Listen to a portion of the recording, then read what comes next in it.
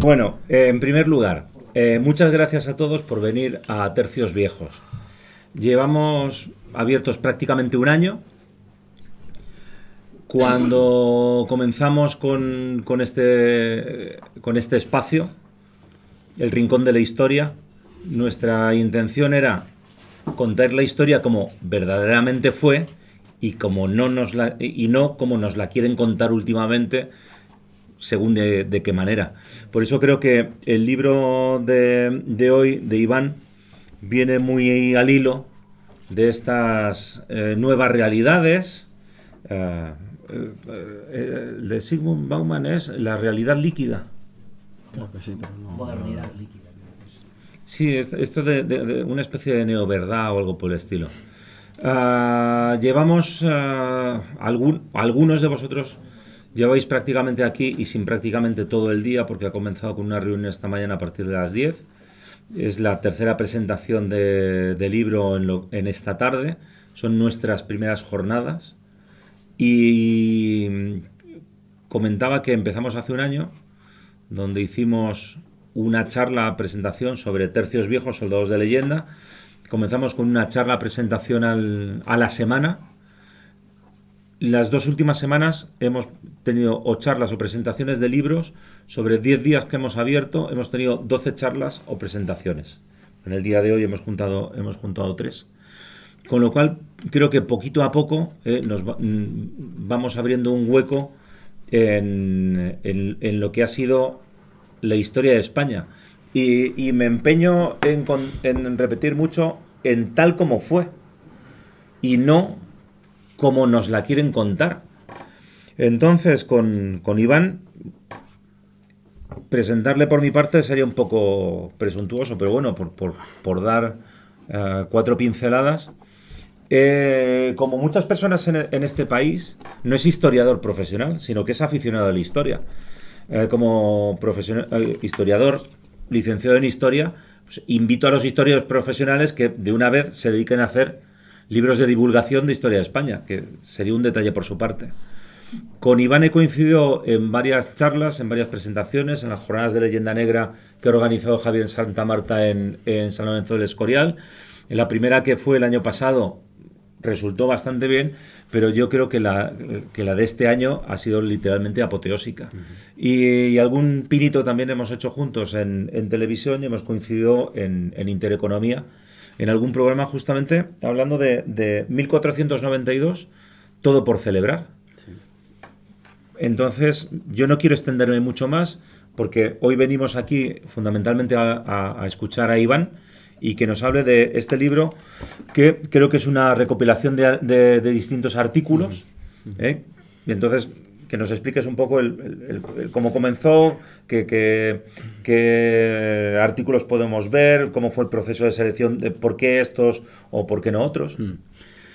Bueno, pues nada, lo primero, gracias por la invitación, gracias por tu presentación, gracias a la asistencia en una jornada tan maratoniana. Resistir hasta el final pues tiene ya su mérito propio, ¿no? Y bueno, pues ¿cómo surge este libro? Pues este libro en realidad es una iniciativa de Ediciones Encuentro. Yo habitualmente publico artículos, sobre todo en una de las secciones de Libertad Digital, casi todas las semanas o 2 semanas al mes, por ejemplo, y suelen ser artículos de temática histórica o de crítica de la actualidad, pero conectándola pues con episodios del pasado. Entonces la iniciativa, hay que decirlo, es de Ediciones Encuentro, y se ha estructurado un libro en 3 partes, 3 bloques, digamos. El primero de ellos sería referido a Cortés, que es algo a Hernán Cortés. Yo he dedicado ya 2 libros, uno El mito de Cortés, otro La conquista de México, y es un primer bloque en el cual pues yo he ido recogiendo algunos aspectos que se salían un poco de la propia narrativa de los otros libros anteriores, y que me parece a mí que completaban de algún modo completar es casi una cosa, es un propósito casi inalcanzable, porque la verdad que Cortés, cuanto más sabe uno, más derivaciones hay. Es decir, hay muchos Cortéses todavía que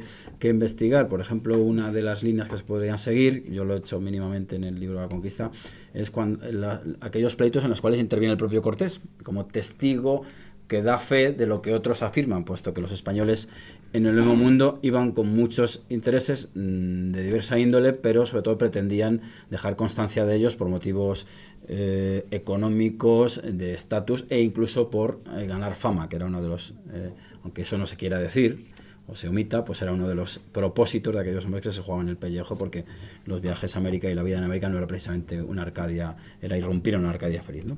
El segundo bloque tendría más que ver quizá con la leyenda negra, propiamente dicho, con episodios de la leyenda negra. Y en el segundo bloque, si no me equivoco, es de donde sale el título Nuevas Mentirosas, que es verdad que no es una falta de ortografía, sino que está puesto con toda la intención del mundo, porque bueno, Nuevas Mentirosas es una expresión que aparece en uno de los documentos que yo analizo, un documento del siglo XVII muy interesante, y es que a España a Sevilla llega una orca, que es una embarcación, un tipo de embarcación tripulada por holandeses, casualmente por holandeses, 1640 y algo, no me recuerdo ahora mismo de memoria de la fecha, pero bueno, en el contexto de las pugnas de los Países Bajos, en la cual se dice que las Filipinas se han rebelado. Claro, eso es un asunto importantísimo. Si tenemos, según lo están viendo ustedes, aquí está el foco holandés o de los Países Bajos, y este es el extremo oriental del imperio, tenemos un problema ahí serio, pero resulta que aparece otro brote, otra llamarada en el lado opuesto, pues tendríamos una especie de gran tenaza de escala mundial, de escala imperial, ¿no? Y bueno, pues ahí es donde aparece esta información, que evidentemente es falsa, y en uno de los textos aparece la expresión nuevas mentirosas. Hay que acabar con estas nuevas mentirosas o evitar que se dé pábulo a ellas, estas novedades, ¿no? ¿Por qué elijo yo este título para el libro?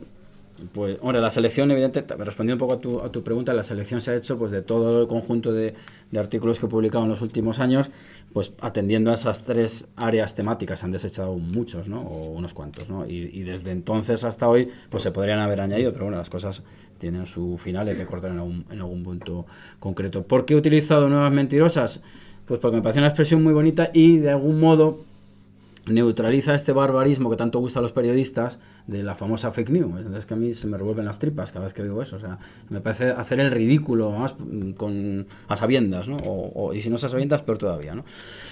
Tenía otra alternativa para titular el libro, porque en otro de los artículos de ese segundo bloque emplea la expresión, que es también muy bonita, falsas nuevas, que esa ya es casi literal, ¿eh? Esa ya es, quiere decir que el que ya teniendo, modestamente yo ofrezco estas dos fórmulas para evitar fake news, es decir, que el que quiera que ponga nuevas mentirosas, con V, claro, esta es una grafía de la época, casi como una especie de guiño, y está también la de falsas nuevas, con lo cual no hay que incurrir en esta especie de modernidad con L continua en la que recaen nuestros periodistas, propagandistas y hombres modernos de la actualidad. Entonces, cuento también esa falsa nueva, lo que es también una cosa muy interesante, y es que se extiende el rumor, o existe el rumor, durante el reinado de Felipe II, de que al propio rey le han disparado con un arcabuz.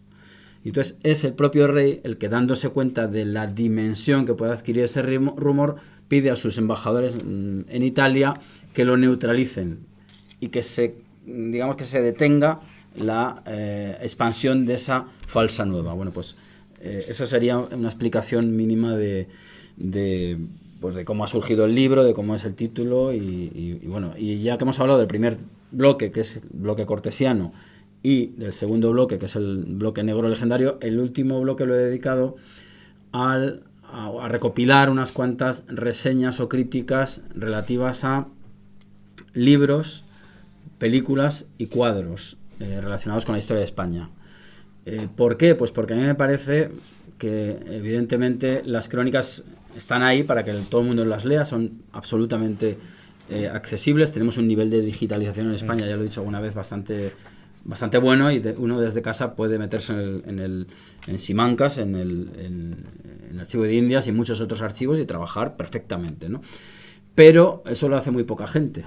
Lo habitual es que la idea o la imagen de nuestro pasado venga a través, pues, de películas. Ahora mismo se acaba de estrenar Hernán en Amazon, y venga a través de cuadros, venga a través de la cultura popular, a la cual yo también le he dedicado un par de artículos relacionados con Cortés, pero que nos vinculan con dos rockeros como Neil Young y Bunbury, que tienen unas visiones de Hernán Cortés pues completamente negro-legendarias.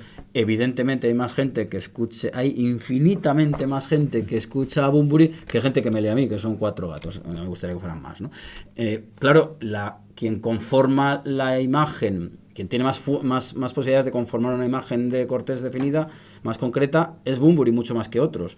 Y claro, resulta que la imagen que él maneja pues es lamentable. Es una canción que yo no conocía, pero me la hicieron llegar, que titulada Hijo de Cortés, que evidentemente es una especie de paráfrasis de hijo de puta, para decirlo claramente. Es decir, no me llames hijo, no me la sé, pero más o menos no me llames hijo de Cortés ni de Pinochet, es decir, lo meten en la galería de los malos históricos del Imperio Español. Bueno, pues eso es más o menos lo que yo he tratado de hacer en este libro, en el cual pues me mantengo en mis posiciones ya clásicas, deudoras por supuesto de la Escuela de Oviedo, a la cual pertenezco, eso hay que decirlo siempre, porque hay que poner las cartas boca arriba, y es un poco lo que he tratado de hacer, intentar una estrategia un poco de mosaico, añadir iluminar diferentes puntos de un material grandísimo, vastísimo, que creo que además es una técnica o una metodología que puede ser útil. Es decir, que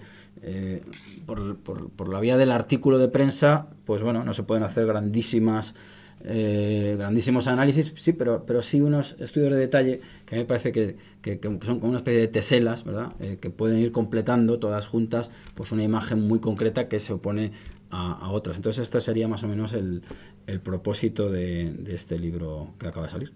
Un poco. Lo que vulgarmente se llamaba antes paparruchas. Pues sí, algo así. Sí, hay muchas expresiones. No, hay una expresión muy castellana utilizada a partir también del siglo XVI para hablar de esas noticias o falsas novedades, que es paparruchas. Me estás contando paparruchas. Y ahora está muy de moda decir fake news o congratularse de las cosas. Entonces...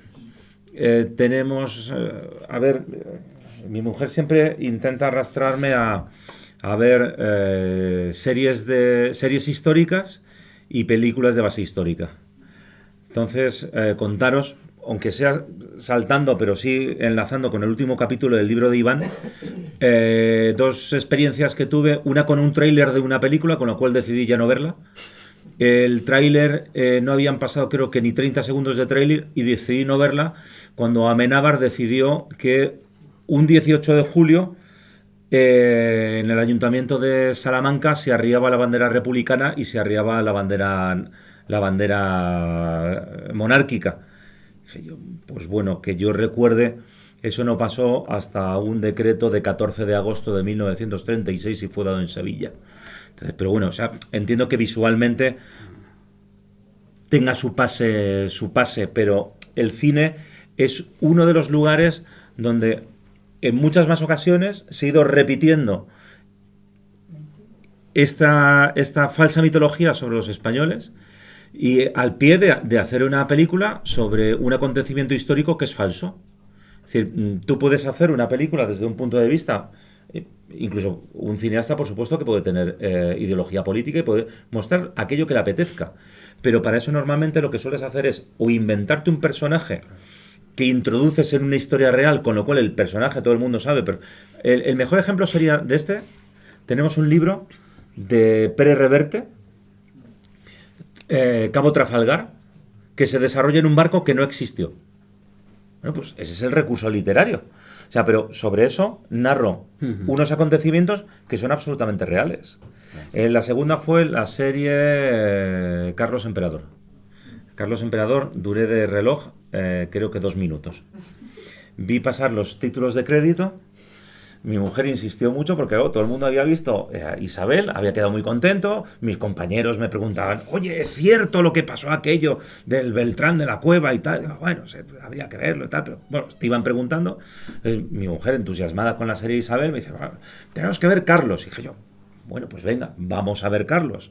Si es necesario, me siento en el sofá, veo la televisión, porque claro, el pequeño problema es que la inmensa mayoría de las personas ven la televisión, no se ponen a leer. Mi mujer ahora me regaña porque yo la acompaño mientras ella ve la televisión, yo leo. Entonces, este fue uno de los últimos intentos donde me dice, a ver, está muy bien la serie. Bueno, pues venga, vamos a verlo y tal. De hecho, conocía a los que habían sido asesores de la primera serie. Pero en la segunda, en 2 minutos de reloj, un asturiano sale despavorido, gritando por los bosques que vienen los turcos. Entonces, si alguien me puede explicar qué hace un turco en 1517 en el mar Cantábrico, sería bastante interesante. También puede ser como Recep Erdogan y pensar que los descubridores de América realmente fueron los turcos, cosa que ha dicho en declaración pública. Pero bueno, si tenemos en cuenta que Santa Teresa de Jesús era catalana y Leonardo da Vinci también, o sea, entonces... No, y Hernán Cortés también, ¿eh? De Tarrasa. La parte buena de Cortés, supongo. Entonces, Iván, sobre los distintos mitos negro-legendarios, ¿cuáles son los que se suelen repetir de forma más habitual? Bueno, los que se suelen repetir de forma más habitual, yo diría que son, pues, más que un tópico así puntual, pues el español como un individuo muy autoritario, un fanático sobre todo guiado por ideas religiosas, que impone una verdad, que es codicioso, que bueno, en realidad son muchos, claro, estoy contradiciéndome, ¿verdad? Se ve en todas las series, el español no respeta nada y se impone a todo. Sobre todo yo creo que es la idea del español como fanático, claro, y al hilo de ese fanatismo pues aparece la violencia, aparece pues no respetar a las minorías. Claro, es una visión completamente anacrónica y que no tiene ningún sentido, porque la idea de tolerancia, por ejemplo, no existe en el momento de esplendor del Imperio Español. No existe la idea, bueno, existe, pero de una manera ofensiva, porque tolerar es ofender. Por ejemplo, cuando se hablaba de los judíos antes del decreto de expulsión, se pone en muchos casos la fórmula que se utiliza es tolerados es sufridos, es decir, como diciendo, bueno, no hay más remedio que esto. Bueno, pues nosotros, el tópico que se repite más es ya ni los toleramos, ya es que directamente nos los cargamos. Yo creo que el mayor problema, porque todo lo que estamos hablando puede parecer especulativo, pero cuando uno ve a Andrés Manuel López Obrador echándonos la culpa de todos los males que tiene México, que lleva independiente 200 años, independiente de España, pero dependiente de muchos mexicanos, tengo que decirlo, aquellos que incluso han entregado a Estados Unidos una altísima cantidad del territorio del cual parten ellos como nación soberana, ¿no? Pues cuando uno ve que la historia es utilizada con fines absolutamente presentes, que tiene una repercusión y un impacto en los días actuales, pues se da cuenta de hasta qué punto la labor de intentar depurar la visión que se tiene sobre nuestro pasado es importante, porque ya digo que tiene esa repercusión. Entonces el español pues sigue siendo pues ese tipo que llegó a sitios completamente idílicos a aguar un poco la fiesta de los demás, pero sobre todo en América. Yo creo que el problema mayor, para ir centrando más la respuesta, que estoy un poco divagante, yo creo que lo vemos en Hispanoamérica por razones pues que se han apuntado un poco en la intervención anterior, pues porque hay muchos intereses en juego y conviene distraer el problema pues echándole la culpa a Hernán Cortés de lo que pasa ahora, que efectivamente las iglesias evangélicas están haciendo una labor profundísima de socavación de las soberanías nacionales por la vía religiosa. El indigenismo, por supuesto, no es solamente dejarle al señor que lleve las plumas que quiera, sino decirle que es dueño de los recursos que hay bajo sus pies y por lo tanto ya llegará después de esta labor ideológica la multinacional de turno. Entonces ahí, claro, la cuestión, la leyenda negra debe ser cultivada, porque si echamos la culpa de que la realidad sea así a los españoles, podemos regresar a un mundo previo en el cual pues el coltán, que es una cosa completa, o el coltán o el litio, lo que sea, que es una cosa completamente imposible, inconcebible para aquellos pueblos originarios, sea propiedad de ellos. Es una maniobra muy sutil y muy compleja en la cual el argumento histórico, la deformación histórica, pues tiene, yo creo que una operatividad bastante evidente, me parece a mí. Estamos en un formato diálogo. Quiero decir, no estamos haciendo una presentación al uso para que luego al final haya turno de ruegos y preguntas, sino si en cualquier momento queréis interrumpirnos y formular algún tipo de pregunta sobre lo que estamos dialogando, estáis cordialmente invitados. Sí, no, y además por una razón, porque al ser una recopilación de artículos es difícil dar una hilazón. Es decir, son bloques temáticos, pero evidentemente, bueno, atravesados por unas líneas muy concretas, pero no es como si presentáramos la conquista de México, es que hay una especie de cronología. Hay un relato. Claro, no hay un relato concreto, sino que ya digo que es la idea de mosaico la que está ahí. Antes comentabas de las series, hay una en Netflix que es el Bolívar, y aguanté dos capítulos, ¿no? Que es muy divertido, ¿no? Mucho más son que... los criollos, nosotros somos criollos, no somos españoles y queremos libertad, pero todos tenían esclavos. Muy curioso, ¿no? Y, bueno, si queréis libertad, empezar por libertad de los esclavos. O sea, todos eran terratenientes, todos tenían fincas y allí trabajaban esclavos. Pero los malos eran los españoles. Además era gente de aspecto absolutamente español, que hablaban español, ¿no? O sea, no eran mestizos ni eran indios, ¿no? Eran españoles de pura cepa. Que yo recuerde, Simón Bolívar se casó en el año 1808 en Madrid, sí, con una madrileña. Sí. Entonces resulta bastante difícil el entender eso de somos criollos, no somos españoles. Y San Martín fue oficial del ejército español y participó en la batalla de Bailén. Entonces, ese relato resulta muy cogido. Pero lo curioso es que al mismo tiempo se les ven sus fincas donde trabajan esclavos. Sí, no, pero ese relato, libertad, ¿no? Por ejemplo, a mis alumnos se lo he contado muchas veces. Es decir, a ver si os situáis un poco. Voltaire era millonario, en nuestros términos de hoy en día. Era un señor que era millonario, no era multimillonario, pero era una persona millonaria. De igual forma que él, muchos de los ilustrados franceses que construyen esta ideología de la ilustración, donde por supuesto a todos, y nos dicen que hay tres ideas, que es la libertad, que todos seamos libres, que todos seamos iguales y que todos seamos hermanos, te suena muy bien. Pequeño detalle es que detrás hay que decir que somos libres los varones blancos ricos. Que nadie se equivoque, que yo no estoy hablando que mis esclavos sean seres humanos, que mi mujer o mis hijos tengan el más mínimo derecho o el más mínimo conocimiento, y mucho menos que mis criados puedan votar y puedan tener el mismo nivel de conocimiento y que un voto suyo pueda ser exactamente igual al mío. Sin embargo, como desgraciadamente la historia, Iván estuvo hace unos meses presentando el libro de Cortés, La conquista de México. Entonces, hay una muy mala costumbre que es ver siempre la historia desde el punto de vista del tiempo en el que vives, claro, y no en el tiempo en que vivieron ellos. Y entonces sería decir, bueno, desde nuestro punto de vista del siglo XXI, por supuesto que Cortés era un auténtico salvaje. Desde nuestro punto de vista del siglo XXI. Ahora bien, ¿cumplió todos los derechos existentes en la monarquía española? ¿Se saltó alguna ley?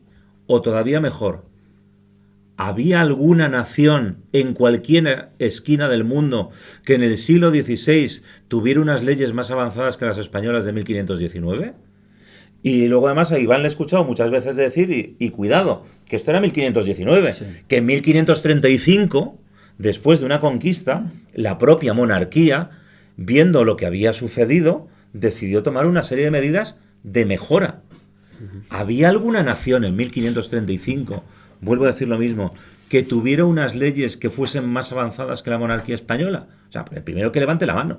Ahora, si lo queremos mirar desde el punto de vista del año 2019, pues no sé exactamente dónde meteríamos al Imperio Romano, por poner... Sí, pero lo curioso, perdona, es que en el caso de España se hace eso, lo del Imperio Español, sí, mejor decir. Es decir, bueno, pero es que este no respetaba. Sí, pero en otros imperios, aquí el problema siempre es, la idea de imperio es la conflictiva, ¿eh? Claro, resulta que en otros imperios no se cuestiona tanto. Es decir, uno cuando ve series, quizá porque ha pasado poco tiempo, ya claro, pues no vamos a durar 300 años, creo, cuando uno ve series sobre griegos, pues te queda, a menudo lo que te quedas es con unos señores pulcramente vestidos con su túnica, en su jardincito, en una realidad muy concreta. Vemos a Sócrates, ahora antes que se hablaba de conocerte a ti mismo, son ideas griegas. Vemos a Sócrates debatir sobre ese tipo de cosas.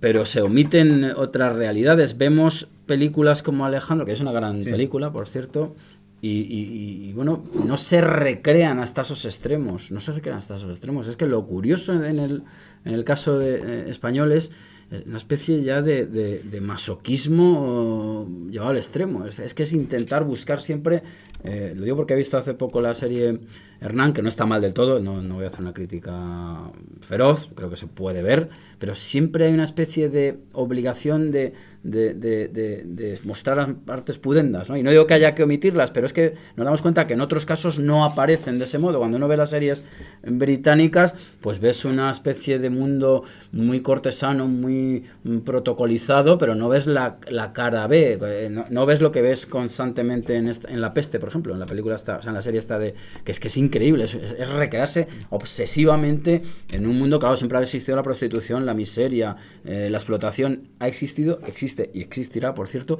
pero claro, es que en el caso español es obsesivo, es tremendamente obsesivo y se subraya constantemente esta circunstancia, ¿no? O sea, en la serie de Hernán, ¿saben los españoles? Estos son unos guarros directamente, o sea, salvo Cortés. Es verdad que Cortés sale más aseado, los demás van fatal. Yo no sé, yo creo que no sé si tampoco veo yo tantísimas series, pero me da la sensación de que las grandes producciones británicas o tal no salen tan sumamente guarros. O sea, en la serie en la película de Alejandro creo recordar que no salen tan sumamente sucios. No está uno tan seguro de que fueran tan limpios, pero bueno, por lo menos no se meten en ese charco, ¿no? Nunca mejor dicho lo del charco, pero en fin, son cosas muy, muy curiosas, ¿no? Lo que ocurre con lo nuestro, ¿no? Una cosa verdaderamente rara. Sí, yo tenía ese apunte que, por ejemplo, en Hernán Cortés, bueno, yo creo que en la serie parece más un chicano un chicano del sur de California que un español muchas veces, y que se hace mucho tópico también de los rasgos de los españoles en las películas. Y luego, como bien estabas apuntando, lo por ejemplo, en la última película de Enrique V, se matan a todos los prisioneros. O sea, Enrique V manda a matar a todos los prisioneros y no sabe cómo se matan, pero en otras cosas que son españolas o de este mundo, sí, todas esas escenas muy truculentas, como que uno queda muy elegante, y en otras como que intentan, yo creo que señalar un poco a la Claro, es que, a ver, en la serie, efectivamente, ¿cómo se llama? El actor se llama Jaenada, ¿no? Jaenada parece el primo chicano de Johnny Depp. Más o menos, ¿no? El corte de pelo de la coleta esa que lleva, que a mí me da igual que lleve coletas, la deje llevar, pero es que no encaja ni con los retratos clásicos que se tienen de Hernán Cortés, que Hernán Cortés llevaba el pelo más o menos por aquí, con una raya a un lado. No lo digo yo, lo dicen los cuadros que hay de él, o que se supone que recrean la vida. Además, lo bueno de Hernán Cortés es que se tienen muchas descripciones de él. Se tienen. Pero es que además de Moctezuma, y a mí me llama mucho la atención Moctezuma, yo me lo imaginaba de una manera muy diferente, porque cuando habla Bernal Díaz del Castillo de quién era Moctezuma, era un hombre de 40 y tantos años, más o menos, y de pues una complexión más o menos, no diría atlética, pero de luego no ese señor barrigudo que sale en la serie. No entiendo, por ejemplo, por qué se hace eso. ¿Qué necesidad? O sea, yo entiendo lo que decías tú de que es ficción, no es un documental, de acuerdo. Hay que meter escenas de cama, venga, perfecta, de acuerdo, bien. Pero, por ejemplo, ¿por qué meter a un Moctezuma que no encaja con las... entonces no le llames Hernán, llámale una epopeya en Tenochtitlán, yo qué sé, ¿no? Es decir, que hay cosas que no se entienden muy bien. Luego hay últimamente, no sé muy bien tampoco por qué, una especie de tendencia a que aquella época vaya todo el mundo vestido casi como de mosquetero, de D'Artagnan. Sí. Es decir, la vestimenta que lleva Alvarado... No la veo, no sé, me imagino que aquí más o menos la gente ha visto un poco la serie, ¿no? Es una vestimenta que parece que se acaba de bajar de un barco pirata y con unas botas. O sea, es decir, son cosas que yo no entiendo y que creo que al final lo que hemos hecho es tragarnos una de las modulaciones de la leyenda negra, que es la que se acuña durante el romanticismo. El español es un tío moreno, agitanao. Esto de los mosqueteros también ha entrado últimamente por ahí. En fin, es una imagen, es cultivar una y otra vez el tópico, y yo creo que es un error, porque precisamente si te vas al rigor rompes todos estos estereotipos y puedes empezar a tener una idea propia que ya la posees por las propias crónicas. Entonces, yo no entiendo este tipo de cosas. La sociedad, que por ejemplo... La sociedad... lo comentaba un día con Rafa, a mí que me gusta mucho la Edad Media, en todas las películas de la Edad Media les ponen aún más sucio, porque creo que eso da más nivel de ser más medieval o algo. Sí. Y a los españoles siempre les ponen ahí, a los uniformes del Pirata del Caribe de los ingleses, les ponen ahí súper... sí, parecen impolutos y el hombre se ha caído por la borda. Bueno. Y a los españoles que salen les ponen como... Claro, en la serie sale Xicoténcatl y parece que sale de un gimnasio. Y ese no se ensucia. Es que son cosas que uno no acaba de entender bien, ¿no? No sé, pues bueno, ya digo, yo creo que es que ahí en este caso lo que aparece es, o sea, me parece a mí que todo esto tiene que ver con esa idea que hay en el 19 del español, porque es un tipo un poco pendenciero y tal. Son cosas rarísimas. Yo en Hernán, y ya digo que o sea, se puede hacer peor, y mejor, y no está mal del todo, y yo creo que hay que ver esa serie, pero hay cosas que a mí me parecen innecesarias. Las matanzas, la matanza que hay antes de la huida de la noche triste, sí, es verdad que hubo gente que se quedó olvidada, pero recrearse en ese episodio es verdaderamente masoca, ¿no? Absolutamente. Y luego hay otra cosa, ya por cerrar el asunto, claro, hay que hablar de esto, porque tiene que ver con la temática del libro. Las batallas son de una cutrez, pero cutres, parece una pelea entre dos pueblos, Villarriba y Villabajo, o sea, es una cosa cutre. Los caballos hay que tenían presupuesto para un caballo. Yo no entiendo cómo se hacen esas cosas, no lo puedo entender. Por hacer una pequeña crítica. Yo recuerdo un par de cosas a la hora de elegir actores. Entonces, de estas series de enlaces y demás, y te dicen grandes actores de la historia, entonces te aparece un Julio César negro, un Aníbal negro y una Sirenita negra. Entonces dices,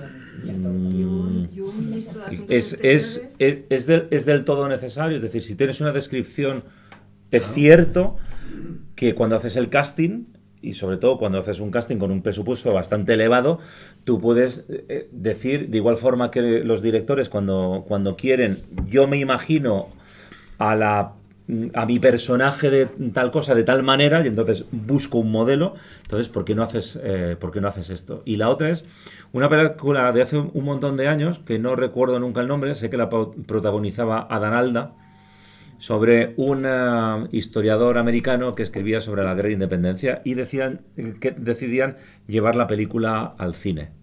Entonces, no sé si se titulaba El Dragón Verde o algo por el estilo, porque de hecho el malo de la película, antes de aquello de Patriotas, era un dragón británico, que lógicamente todo el mundo sabe que los británicos visten de rojo. Entonces, los casacas rojas. Y entonces le decía el historiador, sí, pero los dragones van de verde, por eso le llamaban el dragón verde.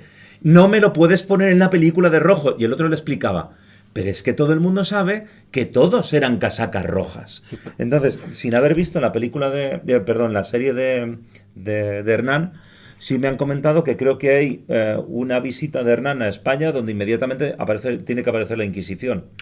No, es en la infancia. Es en la infancia. Claro, ves, pues otro de los... Bueno, sí, claro. Siempre estamos con lo mismo, pero claro, es que es obligado. O sea, parece que en una serie ambientada en el 16 español es necesario meter un auto de fe. Y claro, pues ya voy a destripar, no voy a decir spoiler, porque claro, si no digo fin, no voy a decir spoiler, no hemos ido al colegio, ¿no? Vamos a ver, en la infancia de Hernán Cortés, en Medellín, con Gonzalo Sandoval, por allí, que es como su pupilo, tal, pues Hernán Cortés, que sí que es cierto que lo dice Bernal, da base a mujeres y perfectamente encaja que se empezara a dar muy pronto, ¿no? Yo no se lo voy a criticar, claro. Pues tiene un romance con una mora. Claro, se va a Salamanca y cuando vuelve la mora se ha convertido la familia al cristianismo, pero los pillan morisqueando, por decirlo de algún modo, que no son, en fin, pues leyendo el Corán y lo que sea. Y entonces, claro, pues llega la Inquisición, todo el mundo escándalo y dice, llega la Inquisición. Grito muy dudoso también porque la Inquisición estuvo muy bien vista popularmente. Pero es que esta es otra. Y esta es una muy gorda, ¿no? Y entonces, pues claro, ¿qué ocurre? Al final los queman. Se recrean en la tortura en unas mazmorras y al final pues sale la novia muerta y los padres pues entregados a las llamas. En fin, estas son cosas que no se entienden porque... Además que hubo Inquisición en todos los países de Europa y Bueno, no fueron más suaves. Eso por supuesto, pero que decir que conectar a Hernán Cortés, que eso, claro, esto cuando pudo ocurrir en 1503, 1502...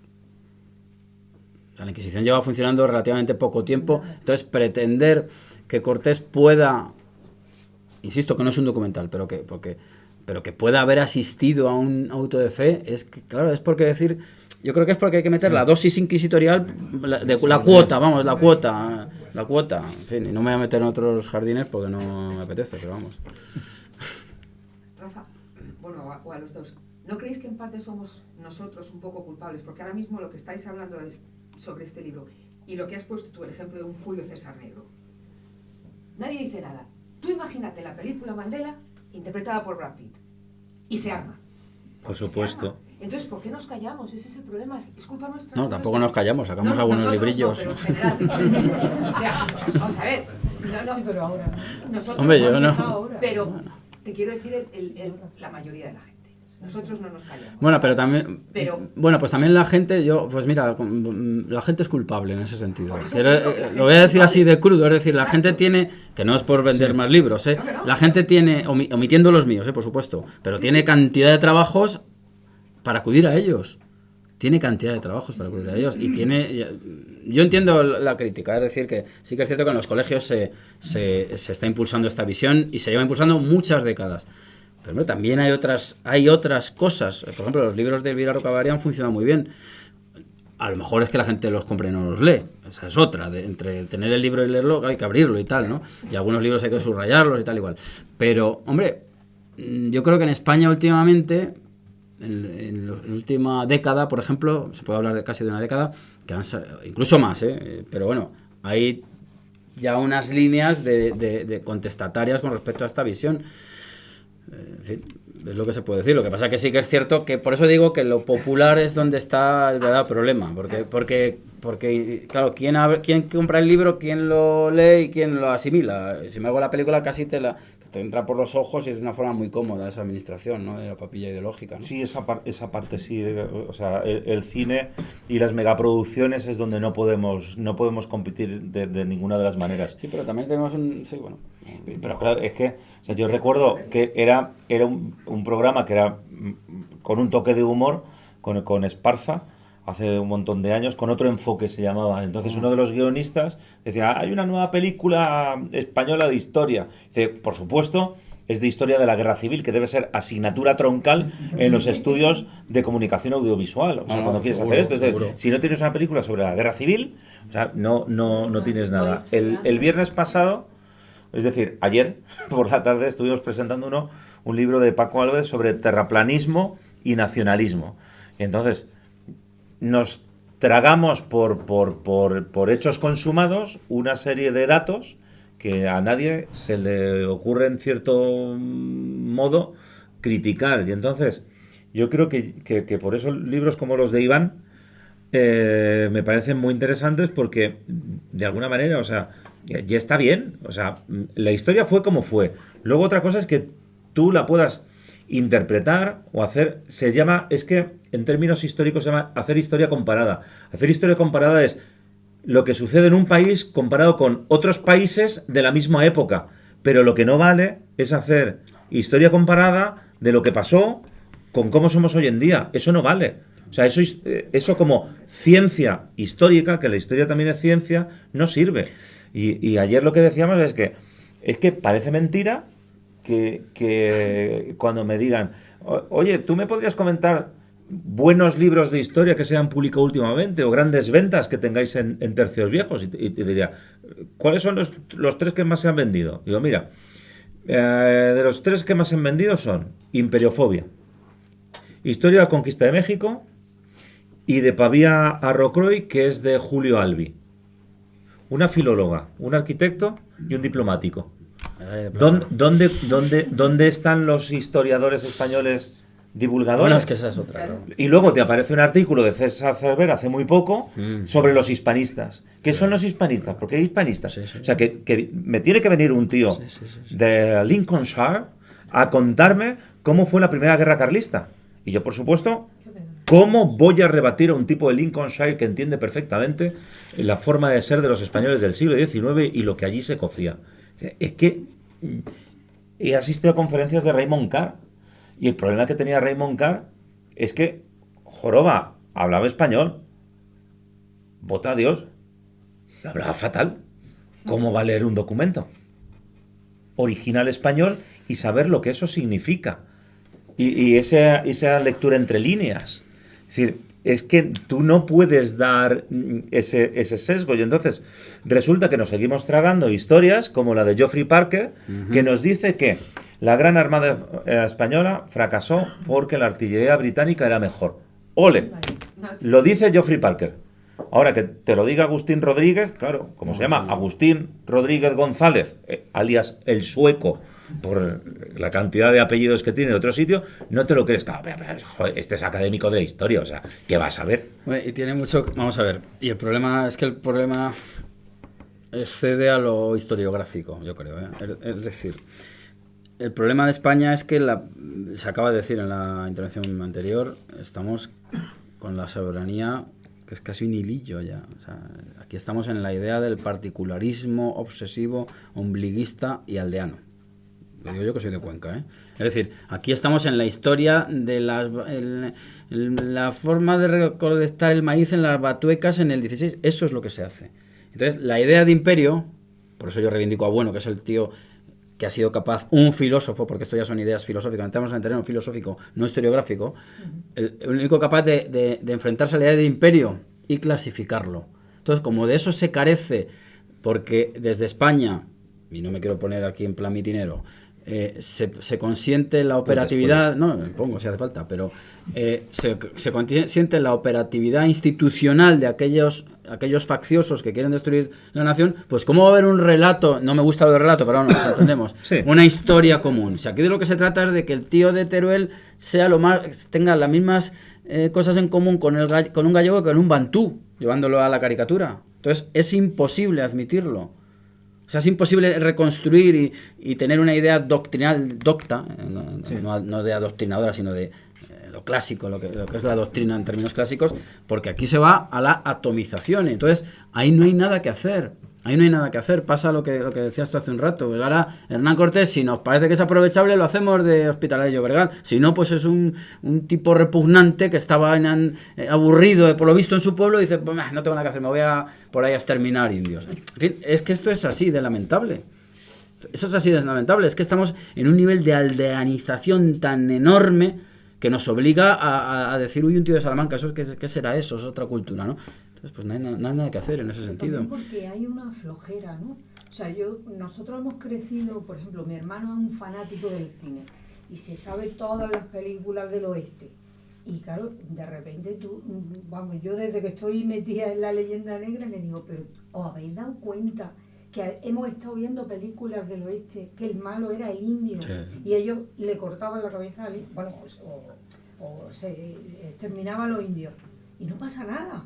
Murió con las botas puestas, y el otro, y John Wayne, y todos son los buenos. Sí. Y el indio era el malo. Y ellos son los que hacen... Por cierto, iban bastante limpios esos cowboys, ¿no? Sí, seguro.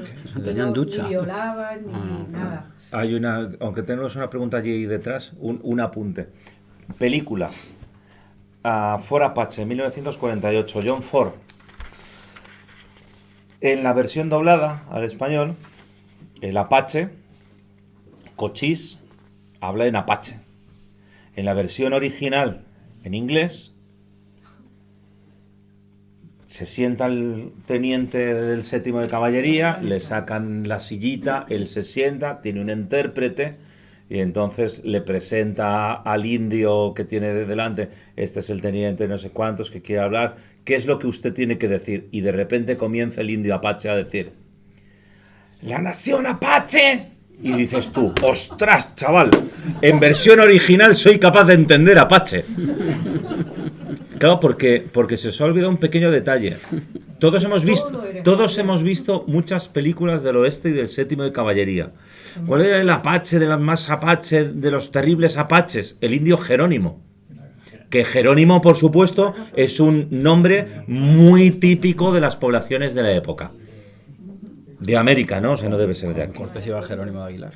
Claro, es decir, por cierto, además es que era cristiano y llevaba una cruz. No, y hay otra cosa, ya antes de seguir con las... Hay otra cosa, al hilo de lo que estábamos hablando, ¿no? Es que desde las propias instituciones no es que ya se aliente la visión autonómica del mundo y de la historia, nacionalidades históricas, todos esos inventos, ¿no? De la transición y de antes y de después, ¿no? Es que el propio gobierno, yo ahí en un artículo, ahora me estaba acordando, lo critiqué, el propio gobierno en la tesitura. Vamos a ver, en la tesitura, a mí el gobierno me ha boicoteado un poco, lo tengo que decir, el libro de la conquista de México, porque como dijo Guirao, que era un tema muy complejo, pues... Pero bueno, más allá de eso, claro que es complejo, ¿no? Os ha fastidiado, claro que es complejo. Pero vamos, por irnos al tema de... a la otra conmemoración de este año, de la Vuelta al Mundo de Elcano. No de Magallanes, de Elcano. Es que Magallanes no la dio, más que nada porque murió por el camino. Y porque no tenía ninguna intención de darla, ni se le pasó por la cabeza. No. Bueno, pues resulta que es tal el nivel de acomplejamiento de los gobiernos españoles que la señora Carmen Calvo, nuestra flamante Carmen Calvo, va y habla con Álvarez Junco para pedirle lo siguiente: oye, busca de algún modo que no seamos los autores de la primera vuelta al mundo, que es que no lo podemos consentir, como mínimo. Pues lo preguntas tú, yo no lo sé. Pues por los complejos, porque ella no puede admitir que España haya hecho cosas de tal escala. Tiene que haberse hecho a medias con Portugal. Es imposible. En fin, lamentable. Y esta es una detrás de otra. Si en España más, pues será que no tenemos motivos de conmemoraciones a mansalva. Un imperio de tal escala tiene todos los años un montón de personajes que hay que exhumar. Exhumar no en el sentido literal. Exhumar. No es necesario que salga volando en helicóptero. Me he equivocado. He querido decir metafóricamente exhumar. Hacer aflorar. En fin, todos los años hay. De hecho, por ejemplo, yo espero un repunte en las ventas, a ver si me mantengo en el podio. De momento sí estás en el podio. Me alegro mucho. Que lo sepas. Qué bien. Pues mira, en el 21, en la conquista de México culmina el 13 de agosto de 1521. Así que hasta 1521 no solamente tengo tiempo de mantener el podio, sino que el gobierno español, si quiere conmemorar y se atreve y quiere de verdad, y con una visión que no sea, por supuesto, beatífica, yo no estoy pidiendo eso, el 13 de agosto de 1521 es cuando se cumplirán 500 años. O sea, este año se están cumpliendo 500 años de la llegada. La conquista es el 13 de agosto del 1521. O sea que tenemos todos los años infinidad.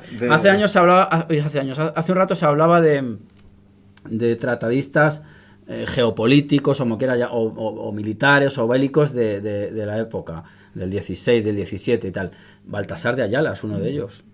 Tampoco se conoce. Es decir, que hay cantidad de españoles que han hecho cosas, como es lógico dentro de un imperio. Es que un imperio no puede ser una cuestión... Sí, perdón. En Avilés conmemoramos este año el 500 aniversario del nacimiento de Pedro Menéndez de Avilés. Por ejemplo. También. Solo se celebra en Asturias y solo lo conocemos en Asturias. Ya. Y fue el primero que fundó San Agustín de la Florida. Sí. La primera ciudad norteamericana, sí. Conquistador de la Florida. No, por eso digo Son 500 años que hay todos los años en España. Yo no digo que haya que estar todo el día de fiesta, pero hombre, una línea, ya que tenemos al parecer unos impuestos que deben ser para su redistribución de algún modo, la redistribución del conocimiento se podría hacer por vía estatal, pues haciendo pequeñas piececitas, haciendo unas nuevas mentirosas divulgativas de estas efemérides. Yo creo que sería interesante, y esto tendría lo mismo que tiene una operatividad disolvente pensar que los españoles iban matando por aburrimiento y por pasatiempo. Pues yo creo que si la historia de España, sin un sesgo patriotero y ombliguista, sino siendo también crítico, sin caer por supuesto en que haya que salir embadurnados en porquería, yo creo que sería muy útil pues para la crisis en la que estamos metidos, porque estamos en una crisis nacional muy fuerte, ¿no? Lo que comentabas ¿y por qué el gobierno? O sea, ¿cómo es posible? Porque no son capaces de comprender una cosa que llevan diciendo un montón de años tanto Esparza como Agustín Rodríguez.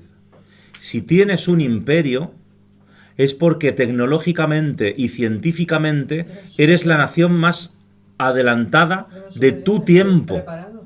Entonces, no cabe en cabeza humana que un español intelectualmente pueda ser superior a un norteamericano, a un inglés, a un alemán o un francés, por poner unos países. Entonces, no es posible. Pero ¿cómo va a ser posible que un tipo siendo español dé la primera vuelta al mundo? Eso no es posible. Colón, vale, es italiano, porque como es italiano, entonces entra dentro del punto de comprensión. Claro, es que era genovés, era italiano, entonces es muy lógico. Y de hecho, perdona que te interrumpa, y de hecho todo el auge colombino de estatuas que ahora están derribando por motivos anti-españoles, no anticolombinos probablemente, es una operación del 19 con dinero norteamericano e italiano.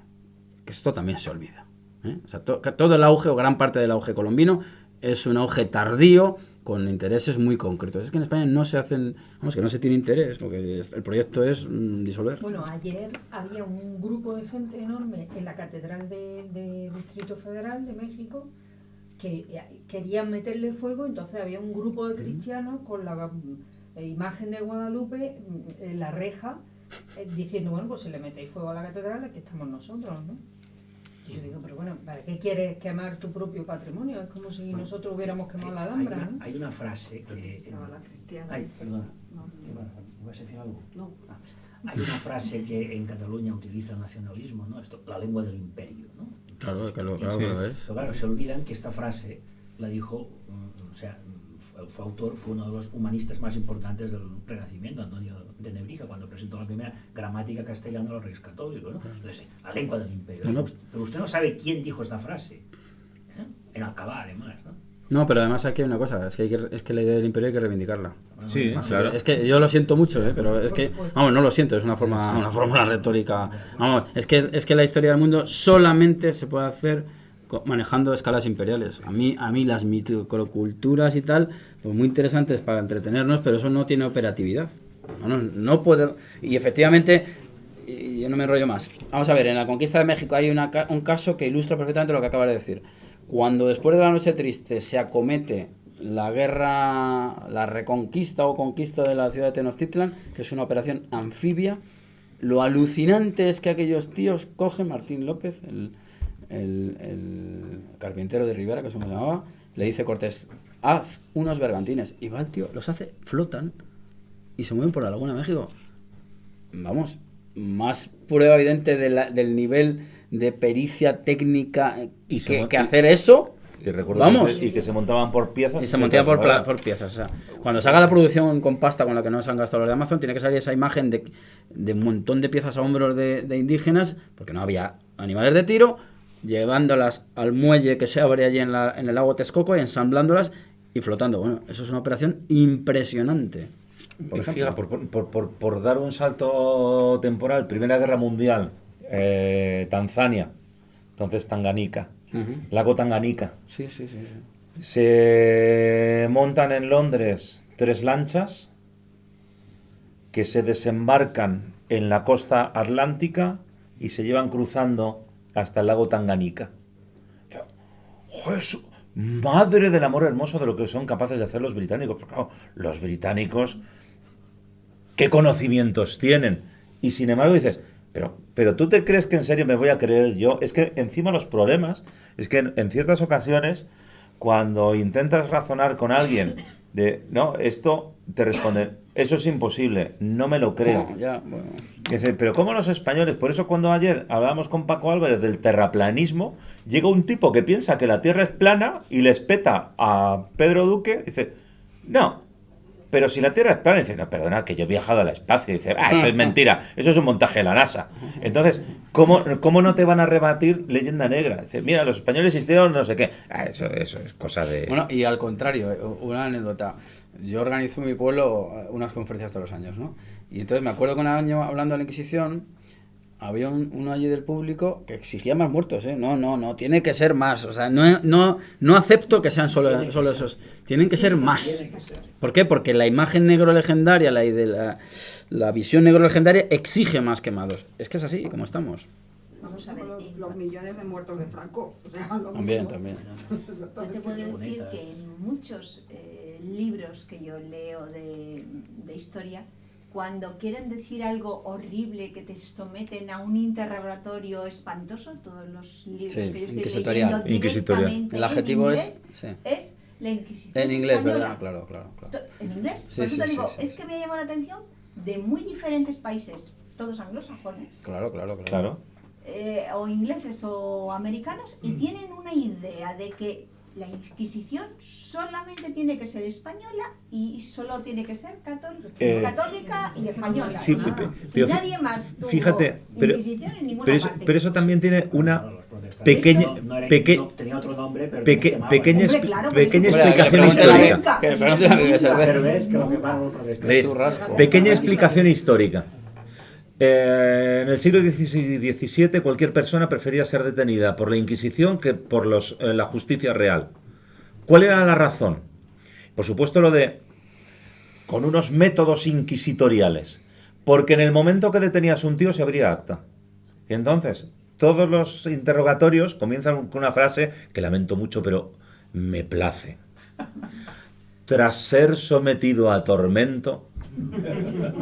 Porque por supuesto nadie en su sano juicio se piensa que, como una serie de Estados Unidos, un tío que es un asesino en serie, porque llega un tío, le mira así intensamente y apela a sus sentimientos, canta allí hasta el asesinato de Abraham Lincoln. Entonces, sin embargo, la Inquisición sí tenía muy pautado cuáles eran los tormentos que se podían aplicar. Sí. ¿Cuáles? Mientras que la justicia del rey era literalmente lo de, bueno, vamos a interrogar al tipo este y si entre medias se nos queda, pues mira, mala suerte. Y sin embargo la Inquisición sí es cierto que lo tenía absolutamente reglamentado y todos los interrogatorios, o sea, tras aplicarle tormento, el reo dice que, y entonces te viene el relato de si sí o si no. Entonces, por eso, no, ¿dónde está la prueba documental del otro lado? No hay, directamente le trincas y le aplicas tormento. Claro. Es que efectivamente el Imperio Español, con esa obsesión que había con dejar constancia por escrito, ¿De todo? las probanzas, los méritos y tal, claro, ahí hay material, claro, depende del filtro que hagas, efectivamente. Es que, claro, por eso digo yo que hay que tener un prisma filosófico para abordar este problema, porque es el problema de España es un problema grande, que involucra pues a la construcción del mundo actual. Es que la hispanidad es una parte formal importantísima, por eso se la disputan, volviendo para que no parezca que somos una rara avis esta tarde aquí. Por eso hay estos asuntos tan complejos en Hispanoamérica, pues porque se dan las condiciones para que los haya. Se dan las condiciones, hay una implantación católica que hay que neutralizar por la vía evangélica, hay unas soberanías que hay que intentar quebrar, configuradas por supuesto por élites criollas en el XIX, eso por supuesto nadie lo cuestiona, por la vía del indigenismo, pero es que resulta que hay indígenas por las razones opuestas al hecho de que no los haya del río Bravo para arriba, ¿no? Claro, esa es la cuestión. Eliminamos. Entonces, allí no hay problema. Es que hasta para ser genocidas somos unos inútiles, es lógico. Tenemos una pregunta ya al fondo. Justo se habla de la Inquisición y la relación que pudo tener con Sudamérica. Por lo general no se cuenta nunca que los sudamericanos se consideraban neófitos en la religión católica y por lo tanto la Inquisición no tenía poder sobre ellos, porque bueno, no se habían criado en el catolicismo, no tenían una mentalidad capaz de entender determinadas cosas y por lo tanto algunos pecados se podía entender que los cometieran porque bueno, es gente y por lo tanto no tenía poder sobre los sudamericanos y no eran juzgados por la Inquisición. Se vende, según lo que yo tengo entendido, que no sé si habrá alguna corrección al respecto, pero creo que eso se cuenta en el libro de la gesta española de Esparza, en sus capítulos sobre la leyenda negra. Sí, pero es como simplificando. La Inquisición española perseguía a los judíos. Dice, no, perseguía a cristianos que habiendo sido anteriormente judíos habían dicho que se habían convertido y claro, no se comportaban verdaderamente como verdaderos cristianos. Un pequeño detalle, el que la Inquisición no le podía poner un dedo encima ni a un judío ni a un musulmán, sino única y exclusivamente a aquellos que fueran cristianos. Entonces, claro, por eso lo de estás persiguiendo a falsos conversos. Es que la Inquisición es un tribunal de la fe. Entonces, claro, solamente se circunscribe a aquellos que profesan esa fe mal. O sea, si se cierra el conjunto, los que dentro de ese cuerpo están fingiendo ser lo que no son, esos son los perseguidos. Por supuesto, Y bueno, pues y por supuesto eso impone una visión moral, pero claro, volvemos a lo que te dices. Evidentemente, Hernán Cortés no pudo haber hecho una conquista con perspectiva de género, no se le puede exigir. No, lo digo porque espérate. Es decir, que el problema entre comillas de España es tan grande que se presta incluso a interpretaciones constantes. Yo hace poco me leí un libro de Matthew Restal titulado Cuando Moctezuma conoció a Cortés. Cuando Moctezuma conoció a Cortés, no cuando Cortés conoció a Moctezuma. Atención al dato, ¿eh? Bueno, pues la tesis más o menos del libro, este es un libro que se ha editado en España, no en México, en España no sé si se ha editado todavía, ¿eh? Yo como no sé inglés, me trajeron un amigo de México, me trajo un ejemplar, lo leí y lo reseñé. La tesis de Matthew Restal, británico él, o inglés, no sé si... es algo así como lo que los españoles llegan allí y en el contexto de unas luchas tremendas entre indígenas, ellos casi son arrastrados y Moctezuma deja entrar a Cortés a su ciudad para incorporarlo a su colección de exóticos individuos, exóticas aves, es decir, una pieza más de colección. Es verdad que Moctezuma tenía un zoológico, que más hablan de ellos, con aves, con fieras, con albinos, con corcovados, con gente con taras, en fin. Y entonces, pero claro, eso no tiene sentido. Yo me mojé en el libro de la conquista de México. Moctezuma deja entrar a los españoles para aniquilarlos. Es evidente que Moctezuma no es un imbécil que está allí sin saber de qué va la cosa, porque tenía pruebas fehacientes de quiénes eran esos señores y había ya intentado, por el método del ensayo y el error, acabar con ellos fuera, pero se da cuenta que tienen que entrar, y lo dice muy claramente Bernal Díaz del Castillo cuando dice que aquella ciudad era red y garlitos. Esto lo he repetido yo varias veces. La red y el garlitos son trampas para atrapar peces. Y eso es esa especie de metáfora acuática muy propia de la ciudad de Tenochtitlán, lo que entienden los españoles, que además Bernal lo dice, temíamos la muerte. Entonces que tú no puedes pensar que aquello era una especie de recibimiento fastuoso porque sí, pues bueno, nos apetece que estos señores tengan en el catálogo el número 43 de exotismo. Pero claro, estas son visiones que desde un punto de vista editorial se fomentan y que encontrarán su público. Es decir, que al final tendremos probablemente en la conquista de México, si esto prospera, una visión indigenista de la misma. Evidentemente, quien le da músculo a la conquista, quien le da carne de cañón, por decirlo metafóricamente, porque los mexicas no tenían cañones, son los tlaxcaltecas, pero por intereses propios. Ahora, de ahí a presentar a una especie de personajes que no se enteran de lo que va el asunto, anda, pues hemos conquistado esto sin darnos cuenta, eso no tiene sentido. Pero claro, si editorialmente te presentan un gran producto y si luego hay un gran productor con pasta y te da esa visión, pues eso tiene un público al que se llega. Y ahí es donde tenemos nosotros la responsabilidad de que eso no ocurra. Sí, es que en definitiva lo que vamos es una simplificación histórica. Claro. O sea, volviendo sobre el caso de México.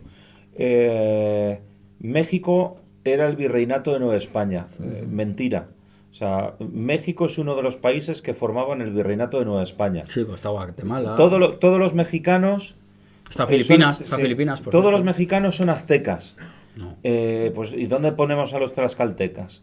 Después de la conquista de Tenochtitlán, ya no hay ni aztecas, y los tlaxcaltecas parece que pasan a mejor vida porque sencillamente se quedan en su pueblo viviendo con sus aliados, los nuevos conquistadores. Y entonces te olvidas que resulta que hay tlaxcaltecas, pero por todas partes del Imperio Español. Están en Filipinas, están en Nueva Vizcaya. Sí. O sea, están colonizando lo que es la frontera norte de México y lo que es el sur de los actuales Estados Unidos. Pero es que encima luego resulta que también hay indios amigos, es decir, indios cristianizados, que también son de ascendencia azteca. Sí. Entonces, ¿cómo puede haber aztecas? ¿Pero no habían sido conquistados? No, claro, participan. Muchos bueno, yo digo mexicas, que parece ser que es más ajustado. Sí, es más ajustado. Los mexicas, algunos se incorporan en las guerras chichimecas. Sí.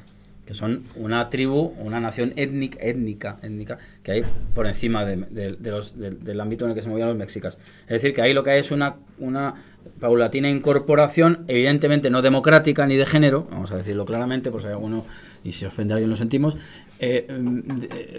porque es la única forma de avanzar de un imperio. O sea, pretender que tú llegas allí, yo también lo he dicho muchas veces, pretender que el día 14 de agosto de 1521 aquello hubiera cambiado radical, no, hombre, aquello lo que ocurrió es que se bajaron un poco las armas y la tensión se mantendría durante mucho tiempo. ¿Qué ocurre? Que luego poco a poco, desde la perspectiva de la época, es decir, desde la estratificación social de aquel momento, es decir, no es lo mismo un señor que un vasallo, y de hecho el trato que se les da a los señores indígenas por parte de los españoles es muy diferente al de sus vasallos. Y de hecho si algún indígena, porque los indígenas eran esclavistas, tenía esclavos, esos esclavos eran, entre comillas, legales, no se podía romper esa estructura así gratuitamente, pero ya no por motivos teológicos muy solemnes, sino por puro realismo político. No hay fuerza suficiente, no hay españoles suficientes para para llevar a cabo ese proyecto, por lo tanto es inconcebible. Y de hecho, en el caso del Imperio Español, en lo que respecta a México, que yo creo que es, digamos, el modelo de las otras conquistas, sí. Y, en fin, yo creo que se ve muy bien los límites de las fuerzas españolas, que están, yo también lo he dicho alguna vez, y me tengo que repetir porque son las tesis que mantengo, claro, están en la selva y están en el desierto. No hay fuerza para entrar en la selva, eso es un muro vegetal, y no hay fuerza humana, no hay individuos suficientes para, en las grandes praderas, poner algo más que una especie de cárcel o un monasterio o un conventito. Es decir, no hay más. Se han acabado las fuerzas. Cosa que tiene mucho que ver con los imperios. Los imperios acaban encontrando sus límites naturales. Con Alejandro se ve también. Alejandro, cuando llega a la India, ha renovado a su tropa, ya hay muy poco componente macedonio, y lo que hay es que ya no hay más fuerzas, señores. Se ha terminado. Eso, por ejemplo, en la película de Alejandro, que yo creo que es una gran película, se ve cuando él sigue obsesivamente creyendo que puede finalizar un poco el ideal aristotélico, pero es que ya no hay gente que te acompañe. Sí, que menos caballeros Heitar hoy. ¿Perdón? Sí, que tenía menos caballeros Heitar hoy, al final de la guardia. Sí, claro. Y de hecho los puristas, si se quiere, macedonios, se lo echan en cara como diciendo, oye, te has vendido. No, ese señor está obligado a seguir, si quiere seguir tiene que ir incrementando, o sea, incorporando gente. Eso pasa, insisto, en las guerras que hay hacia el norte, que eso es una etapa también muy interesante de ver. Sí. Y un trabajo que hay que acometer, por supuesto. No digo yo, alguien lo tendrá que hacer. Veréis, un poco ya para ir terminando, que hay personas que llevan aquí mucho rato. A mis alumnos, un segundo de bachillerato, ellos tienen que pasar un examen de acceso a la universidad, donde lógicamente tienen que contar un relato, comillas, oficial.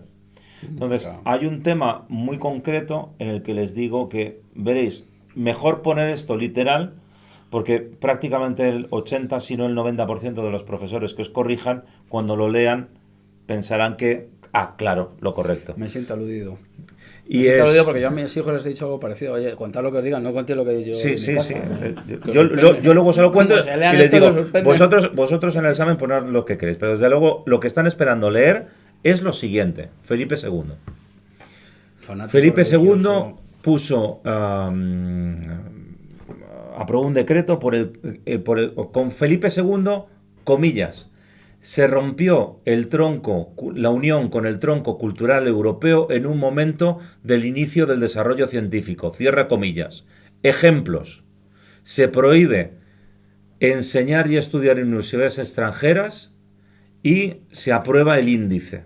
Y entonces tú dices, vamos a ver, eso, lo siento, eso es lo que el 80% o 90% de los correctores de selectividad, al menos en la Comunidad de Madrid, les gustaría leer.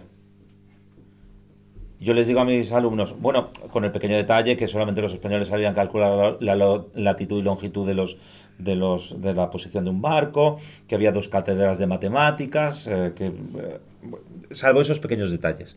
Y salvo el pequeño detalle que, claro, pero es que ¿cómo le vas a explicar tú a un profesor en un espacio y en un tiempo que, mire, esto es lo que piensa una parte de la historiografía que, por cierto, dice mi profesor que está equivocada, y ¿qué hace? Lleva a su profesor allí al lado para decirle, oye, que se lo he dicho yo. O sea, que no, es que el muchacho lógicamente venía a clase conmigo.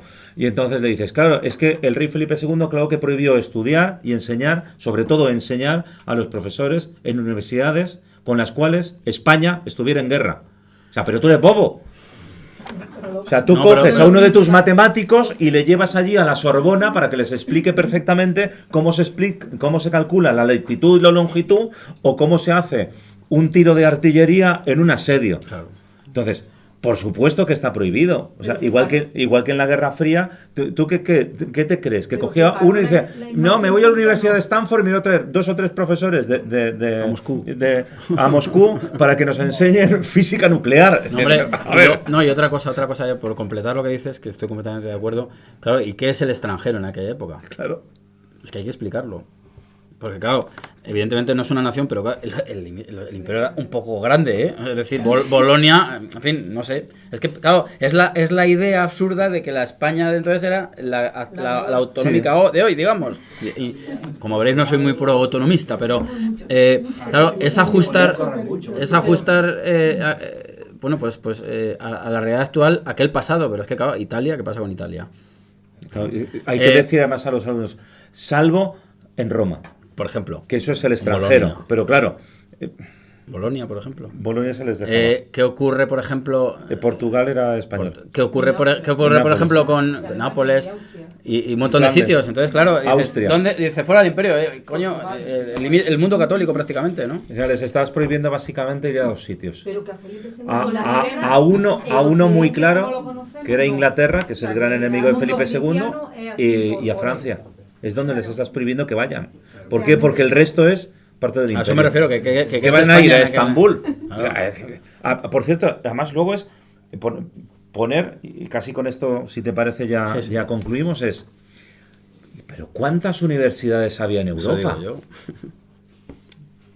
Pero es que alguien se ha parado a pensar que a principios del siglo XVII había más universidades en el continente americano que en Inglaterra.